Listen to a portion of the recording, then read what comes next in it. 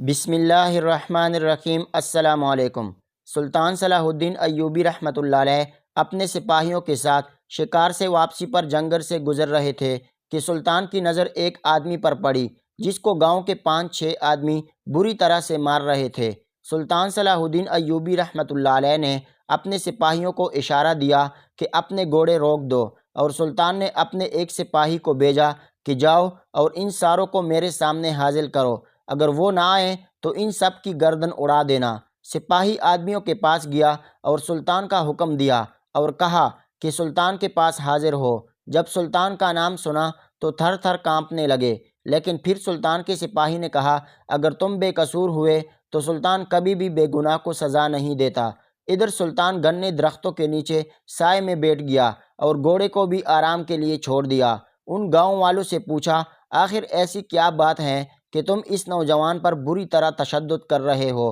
تو انہوں نے کہا سلطان معظم، یہ نوجوان ہمارے گاؤں میں رہتا ہے اور ہمارا رشتہ دار ہے، لیکن اس نوجوان سے ایسا گناہ سرزد ہوا کہ ہم خود کو بھی قابو میں نہ رکھ سکے۔ یہ سن کر سلطان صلاح الدین ایوبی رحمۃ اللہ علیہ نے کہا اس نوجوان نے آخر ایسا کیا گناہ کیا کہ تم نے اس کی سزا کا تعین خود ہی کر لیا؟ اور ایک بات اور، کسی مجرم کو سزا دینے کا تم خود تعین نہیں کر سکتے؟ کیا منصف اور قاضی صرف شاہی سکوں کو اڑانے کے لیے بنائے جاتے ہیں یا پھر عیش و عشرت کے لیے؟ اگر اس نوجوان نے کوئی ایسا گناہ کر بھی دیا تھا تو آپ لوگ اس نوجوان کو قاضی کے پاس لے جاتے اور قاضی صاحب اس نوجوان کی گناہ کے مطابق اس کی سزا کا تعین کرتے۔ سارے گاؤں والے سلطان کے سامنے سر جھکائے کھڑے ہو گئے، اور پھر سلطان صلاح الدین ایوبی رحمۃ اللہ علیہ اس زخمی نوجوان سے مخاطب ہوا اور فرمایا اے نوجوان، تم خود بتاؤ کہ تم سے آخر ایسا کیا گناہ سرزد ہوا کہ یہ تمہیں اتنی بری طرح مار رہے تھے؟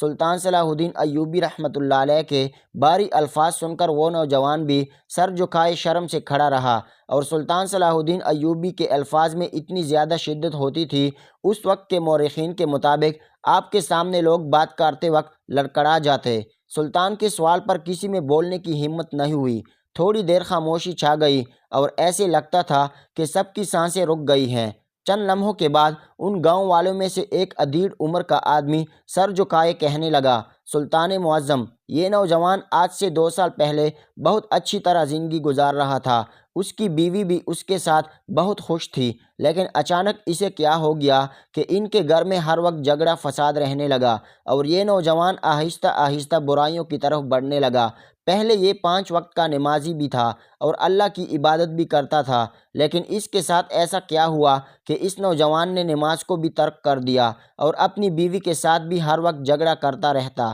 یہ سن کر سلطان اس نوجوان سے مخاطب ہوا اور کہا کہ اب تم اپنے الفاظ میں مجھے سچائی بتاؤ گے یا مجھے اپنے طریقے سے پوچھنا ہوگا؟ کانپتے ہوئے زبان سے وہ نوجوان بولا سلطان معظم، آج سے 2 سال پہلے میں اپنی بیوی کے ساتھ بہت خوشی خوشی زندگی گزار رہا تھا، لیکن بدقسمتی سے میرے گاؤں کے ایک نوجوان کے ساتھ میری دوستی ہوئی اور بدقسمتی سے وہ نوجوان بری عادتوں میں مشغول تھا۔ میں اس کے ساتھ بہت زیادہ وقت گزارتا تھا، جس کی وجہ سے اس کی عادات کا مجھ پر بھی اثر پڑنے لگا، اور شراب نوشی کے ساتھ ساتھ اس میں ایک بری عادت یہ بھی تھی کہ وہ نوجوان جانوروں کے ساتھ زنا کرتا، اور ایک دن میں نے بھی اس کو دیکھ کر ایک گدی کے ساتھ زنا کیا۔ اس کے بعد جیسے ہی میں گھر لوٹا تو میری بیوی نے فوراً میرے جسم سے آنے والی بدبو سے پہچان لیا، اور اس نے مجھے اس دن سے لے کر آج تک اپنے قریب ہی آنے نہیں دیا، اور اس دن سے اسی طرح میں جانوروں کے ساتھ بدکاری کرنے لگا، اور نہ ہی میں پہلے کی طرح نماز پڑھتا تھا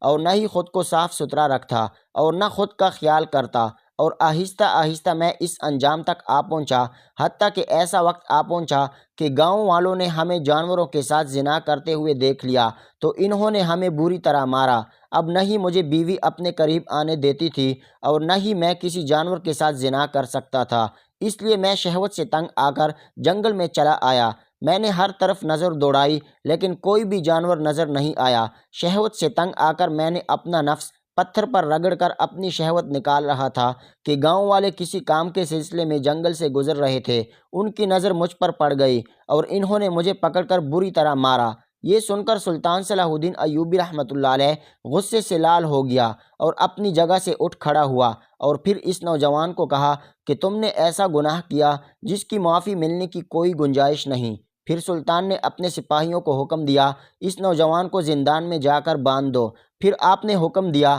کہ کل صبح میری عدالت میں اس نوجوان کی بیوی کو لے کر تم حاضر ہو جانا۔ اگلے دن سلطان صلاح الدین ایوبی رحمۃ اللہ علیہ عدالت میں تشریف لائے۔ ادھر گاؤں والے اس نوجوان کی بیوی کو لے کر سلطان صلاح الدین ایوبی رحمۃ اللہ علیہ کی عدالت میں حاضر ہوئے۔ سلطان نے مقدمے کی کارروائی شروع کی اور سپاہیوں کو حکم دیا کہ اس نوجوان کو میرے سامنے حاضر کرو۔ تمام درباری اس نوجوان کی حالت کو دیکھ کر عجیب عجیب باتیں کر رہے تھے اور کہہ رہے تھے، اس نے جو گناہ کیا اس کو کبھی بھی معافی نہیں ملے گی۔ سلطان صلاح الدین ایوبی رحمۃ اللہ علیہ نے اس نوجوان کی بیوی سے پوچھا کہ جب تمہارے شوہر سے ایک بار گناہ ہوا تو تمہیں اس کو معاف کر کے تمہیں اس کو اس کا جائز حق ضرور دینا چاہیے تھا۔ تم نے اپنے شوہر کو جائز حق نہیں دیا اور وہ بری عادتوں میں دستہ چلا گیا اور تم بھی ان گناہوں میں اس کے ساتھ پوری مرتکب ہوئی، کیونکہ اگر تم اسے اپنی بیوی ہونے کا پورا حق دیتی تو آج وہ اس انجام تک نہ پہنچتا اور جتنے بھی اس نے گناہ کیے وہ آج شاید نہ کرتا۔ سلطان صلاح الدین ایوبی رحمۃ اللہ علیہ کی گرجدار الفاظ سن کر اس نوجوان کی بیوی بولی، سلطان معظم، جب سے یہ جانوروں کے ساتھ زنا کرنے لگا تھا اس کے جسم سے عجیب و غریب بو آتی تھی۔ میں روز بروز تنگ ہوتی جا رہی تھی اور مجھے شک تھا کہ یہ کوئی غلط کام کر کے آتا ہے، لیکن جیسے ہی میں پوچھتی تو یہ مجھے باتوں میں ٹال دیتا۔ لیکن ایک دن جیسے ہی میرا شوہر گھر آیا تو اس کے جسم سے بو آ رہی تھی۔ میں جان گئی تھی کہ یہ کسی جانور کے ساتھ زنا کر کے آ رہا ہے۔ میں نے فوراً پہچان لیا اور اس دن سے لے کر آج تک میں نے اسے اپنے قریب بھی نہیں آنے دیا۔ یہ سن کر سلطان صلاح الدین ایوبی رحمۃ اللہ علیہ نے کہا کہ تم بہت بڑے گناہ کی مرتکب ہوئی اور اگر آج تمہیں سزا نہ دی گئی تو آنے والے وقت پر بہت اثر پڑے گا، اس لیے تمہیں سزا بھگتنی پڑے گی۔ پھر سلطان صلاح الدین ایوبی نے اس نوجوان کو سزا سنا دی اور اس کے بعد سلطان نے ان لوگوں کو مخاطب کرتے ہوئے کہا کہ عورت مرد کو زمین سے آسمان تک لے جا سکتی ہے اور وہی عورت انسان کو آسمان سے گرا کر زمین کے نیچے بھی لے جا سکتی ہے۔ اگر تم چاہتی تو اپنے شوہر کا ساتھ دے کر اس کو اتنے بڑے گناہوں کے دلدل میں دھنسنے سے بچا سکتی تھی، لیکن تم نے اس کی مدد کرنے کی بجائے آسانی والا راستہ اختیار کیا اور اس کو جلتی آگ اور گناہوں میں دھکیل دیا۔ حتیٰ کہ سلطان صلاح الدین ایوبی رحمۃ اللہ علیہ یہ باتیں کرتے ہوئے ابدیدہ ہو گئے کہ اللہ کے عذاب سے ڈرو، یہ سب کچھ اللہ کے عذاب کو دعوت دینے کے مترادف ہیں۔ پھر اس عورت سے مخاطب ہوتے ہوئے کہا، تمہیں بھی اللہ کے سامنے سجدہ ریز ہو کر اپنے گناہوں کی معافی کی دعا مانگنی چاہیے، کیونکہ تم بھی اپنے شوہر کے گناہوں میں برابر کی شریک ہو۔ اللہ تعالیٰ سے دعا ہے کہ اللہ تعالیٰ ہر مسلمان کو نیک اور اچھے دوست اور نیکوکار بیوی عطا کرے۔